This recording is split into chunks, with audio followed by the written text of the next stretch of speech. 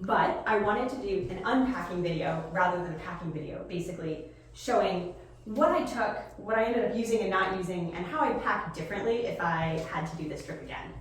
So, for starters, I'm using the same backpack I always use, which is the Osprey Kite 46. The cool thing about Osprey is it actually sizes perfectly in torso sizes, so this is a women's extra small backpack.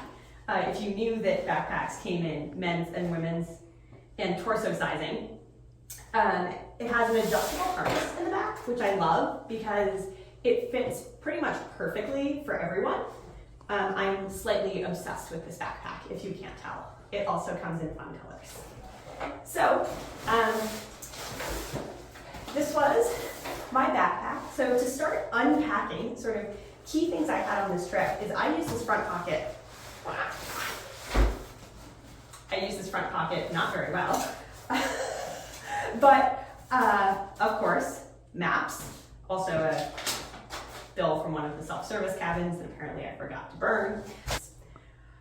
I'm definitely doing diversions, but I'm definitely going to have to cut in editing because I feel ridiculous. But anyway, so this sort of two classic maps, 1 to 50,000, so they're actually detailed enough to see while you're hiking. I have Trollheimen north and south here. One thing that I took on this trip that I hadn't taken on past trips is I actually took with me the planning card. And so the planning card is the same as what I've got back here, but it lets you see a really good overview of all of the different cabins you're going to and the distances between them. And so what's nice about that is that as you're hiking, if you're like, maybe I want to add a day, I want to take away a day, what do I want to do for a day hike? This makes it really easy to pick stuff out and to think about, okay, where do I want to be in 7 days, as opposed to using these maps, which are ginormous. So continuing unpacking, next thing we have is the poop shovel, which is fully sanitized before it goes back in the backpack. Ooh, we're going to temporarily cut the things I'm taking out because those are actually for going to tunnel later and just falling out. So this is great. We're doing great. Doing great here.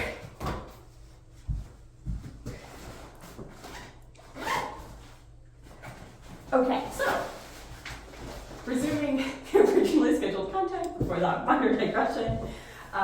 Things, thermos to get filled at the cabins before and after a hike, and then rather than taking an actual water bottle, I take this now very beaten up install bottle. One of the downsides of this backpack is that the side pockets are actually pretty narrow, and so I found this was much easier to take with me and to drink on the go and fill up in streams than a typically sized water bottle.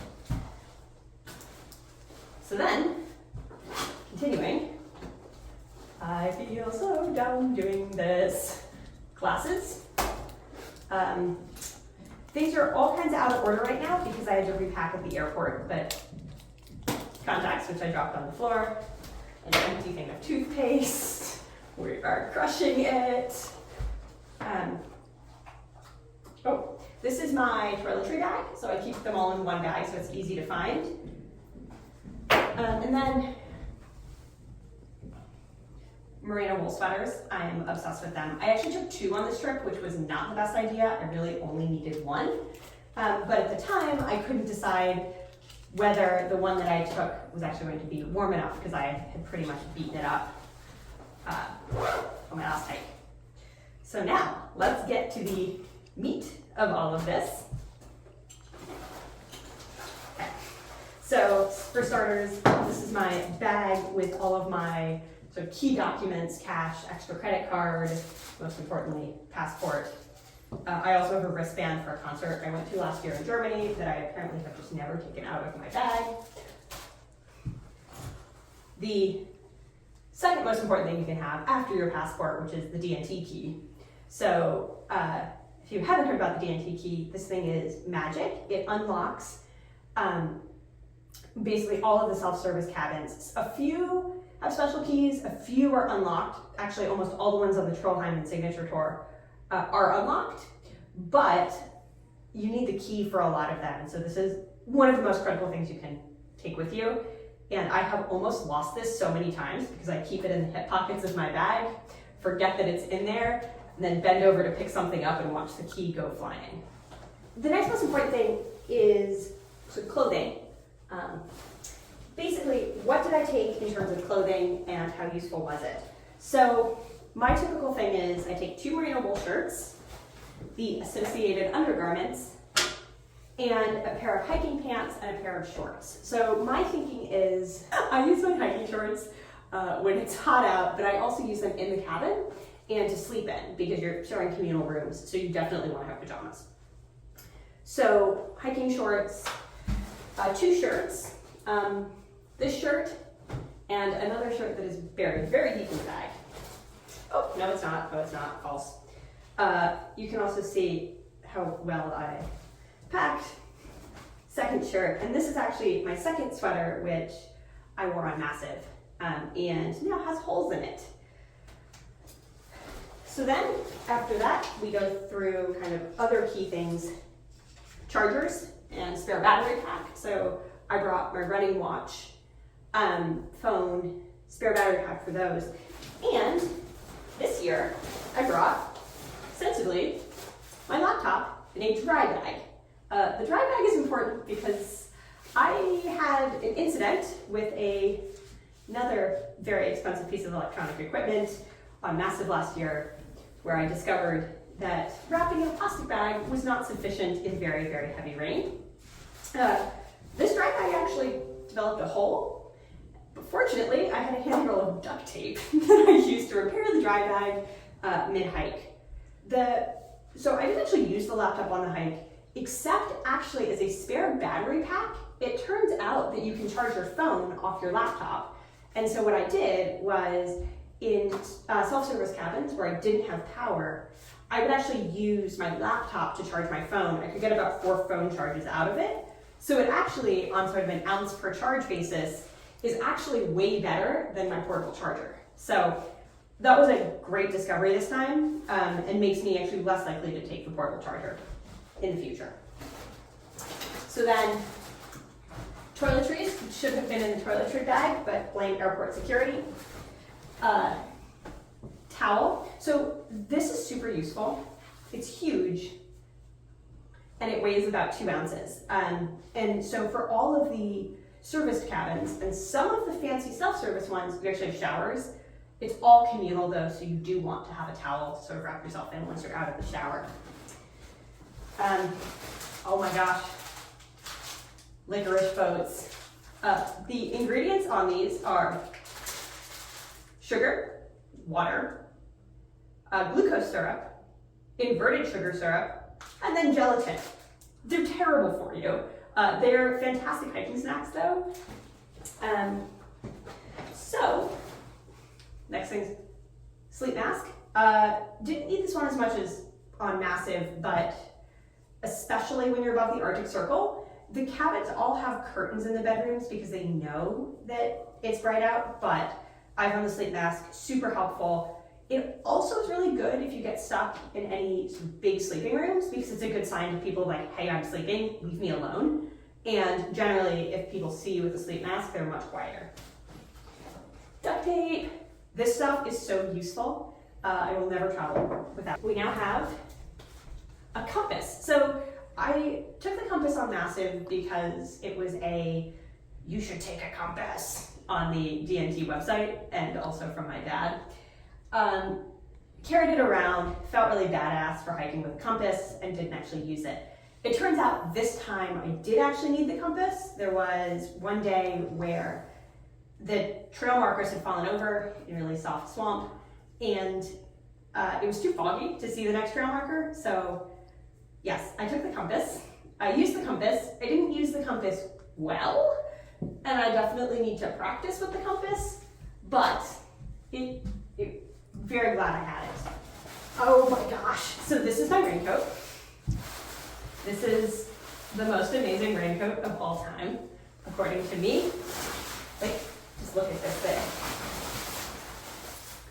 It is so comfy. It fits.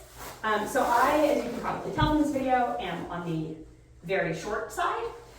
And so I have never been able to find a raincoat that fits a short person with a short torso before, until this. It is the most expensive piece of clothing I own, which I know is usually not reserved for raincoats, and I am entirely obsessed with it. In a slightly embarrassing, I wear my raincoat out and I'm like, look at my raincoat. Anyway, fantastic raincoat. I cannot tell you how happy I am with this raincoat. Okay. Sheet set. So D&T cabins, you have to have your sheet set. You can take a sleeping liner, which is a whole lot smaller. I really like the luxury of having a full sheet, like with a blanket I can wrap around myself. So I take the extra weight and space for the sheet set. Spare dry bag, which I actually use for my cabin clothes. Oh boy, I have so much stuff in here. This is a water bag, 3 liters. I took it on Massive and never used it. I took it again this time because I'm stupid. It's definitely gonna retire. Basically, I find it too difficult to drink out of, and because in Norway you can drink directly out of streams, I don't need to fill it up with 3 liters of water before I go hiking. Emergency blanket, sunglasses. Ooh, we're getting to the fun stuff. First aid kit. So I actually broke my first aid kit down. I take it in a little bag rather than a sort of traditional big first aid kit. The one thing I want to highlight is, I have any left. Ooh, yes. So I used for the first time these Compeed Band-Aids. They're fantastic. They're like $1 a Band-Aid, and I only bought them because I needed free shipping on REI. But it turns out that they perfectly conform to the back of your feet. And so what happens is it basically prevents a blister from growing. So it doesn't just stop the pain, but it actually stops the blister from growing. And you can squish them, so they squish perfectly to the back of your shoes and really cushion. Definitely getting more of them. Hiking poles. So these are disassembled. So technically, you're not allowed to fly with hiking poles in your carry-on. I had no trouble either in Oslo or Dulles with these because they broke down. So I'm definitely going to be flying with them again. They're already look a little worse for the wear. Apparently I kill my gear. I have a bunch of plastic bags, and the reason for that is this is my hiking pants, and they are wet and disgusting. And I also have hiking socks in this bag that are also wet and disgusting. So I wrapped them in a plastic bag before I flew with them because I did not want everyone else on the plane being mad at me. I had a time after I fell into a bog in the Faroe Islands. I had to fly back to the US a couple days later. I had tried to wash my bog pants and my bog shoes, not entirely successfully, but they were like at least 20% better.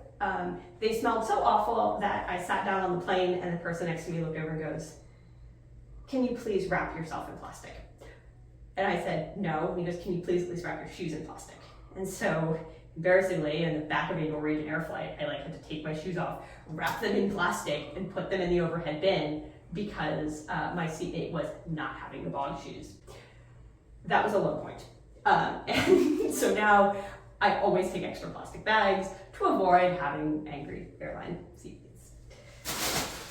So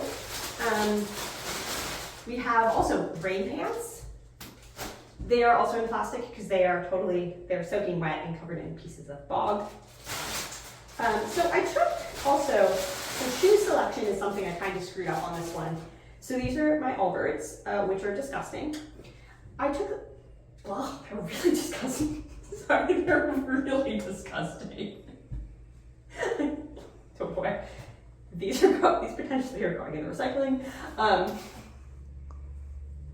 Sorry.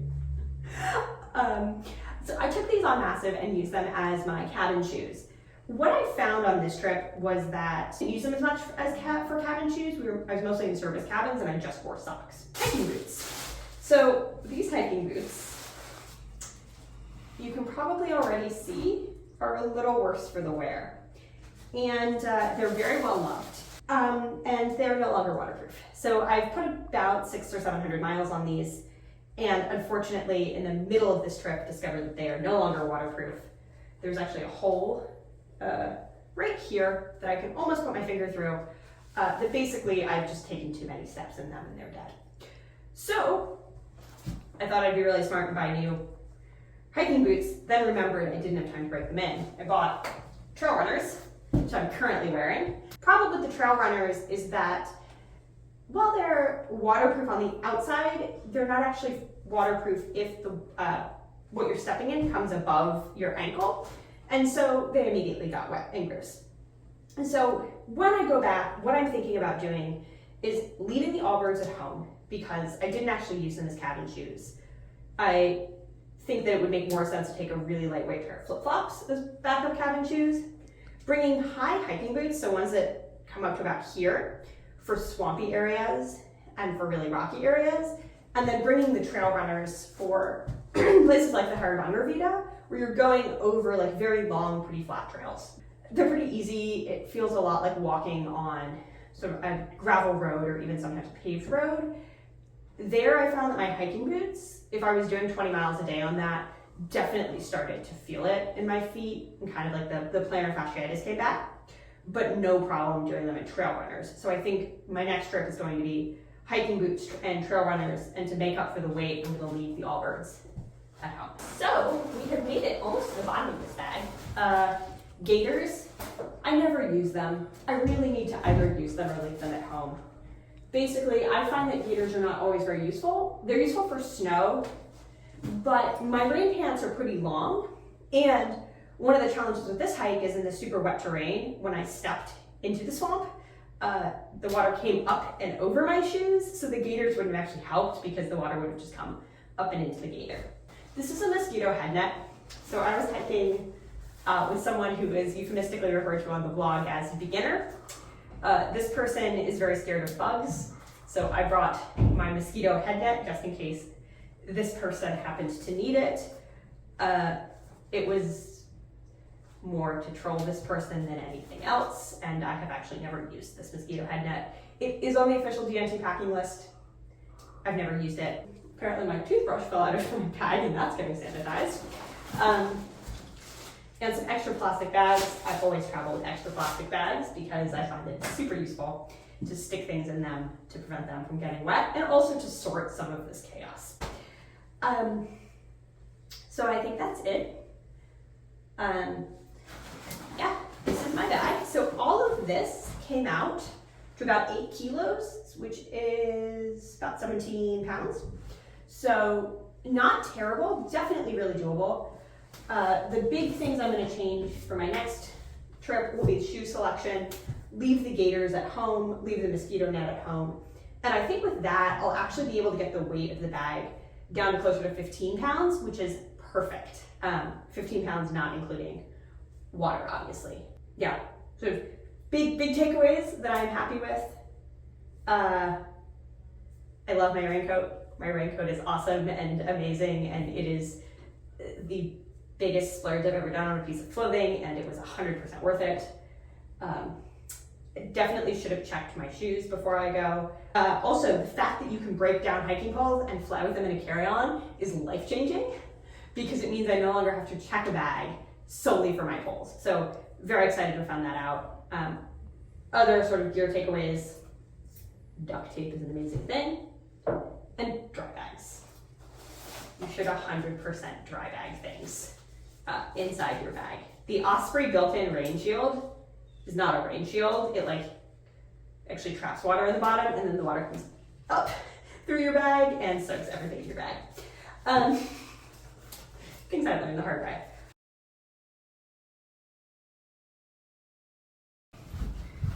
So when I said my hiking boots were destroyed, to give a little bit more context on that, I actually can't put them on the gear table because they're so dirt covered, and I don't want to destroy the rest of my gear, so I'm going to destroy the carpet instead. I am holding my breath because they smell like death. So basically what happened to them is when you go like this, it wears the Gore-Tex down here, and so they have developed this hole inside that is almost big enough to stick a finger through and lets in water, unfortunately. You can also see The shoelaces were replaced, by the way. They were replaced last year and are doing this again. You can also see the tread's pretty dead. Also, by the way, these shoes are gray and red. You probably can't tell that. They're light gray and red, I should say. You probably can't tell that anymore because they just appear to be this lovely shade of brown. This is accumulated years of dirt from Norway. And yeah, I think that they need to go to the great hiking boot home in the sky. I'm unfortunately very sad about that because they're actually super comfortable now because I've worn them for at least 600 miles. Like I think there's a good chance of 700 or 800. You can see they're dead. The other thing is the one thing I haven't liked about these is that they take a while to dry. So they're leather and Gore-Tex, and so they're fantastic at keeping water out. Unfortunately, now that they've got the hole, they're fantastic at letting water in and then keeping it in. So they take like 2, sometimes even 3 days to dry. So that was actually a huge issue on this hike.